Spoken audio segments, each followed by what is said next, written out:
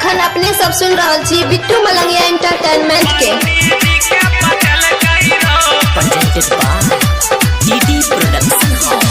पूजा कर गेल छौरी सेटिंग अपन लगल कैरो। हाँ सेटिंग अपन लगल कैरो। सुनना सेटिंग अपन लगल कैरो। राधे राधे कही का छौरी पंडित जी के पटल कैरो। राधे राधे कही का छौरी पंडित जी के पटल कैरो। राधे राधे कही का छौरी पंडित जी के पटल कैरो। अखन अपने सब सुन रहा छी बिट्टू मलंगिया एंटरटेनमेंट के छौरी मंदिर के घंटा बजबै छै। हाँ हाँ पंडित जी के बजबै छै।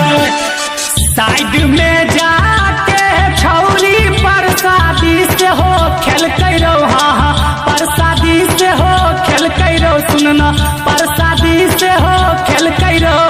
राधे राधे कही को छौरी पंडित जी के पटल कैरो। राधे राधे कही को छौरी पंडित जी के पटल कैरो। अखन अपने सब सुन रहा छी बिट्टू मलंगिया एंटरटेनमेंट के छौरी मंदिर के घंटा बजबै छै। हाँ हाँ पंडित जी के पटबै छै। पंडित जी हतरा छेलै मुल्ला अपन फसल कैरो। हाँ हाँ मुल्ला अपन फसल कैरो। सुनना मुल्ला अपन फसल कैरो। राधे राधे कही को छौरी पंडित जी के पटल कैरो। राधे राधे कही को छौरी पंडित जी के पटल कैरो।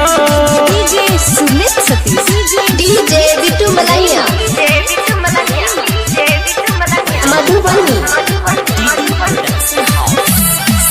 छौरी मंदिर के घंटा बजबै छै। हाँ हाँ पंडित जी के पटबै छै। डर नहीं केलकै कनिको धर्म नाश करल कैरो। हाँ हाँ धर्म नाश करल कैरो। सुनना धर्म नाश करल कैरो।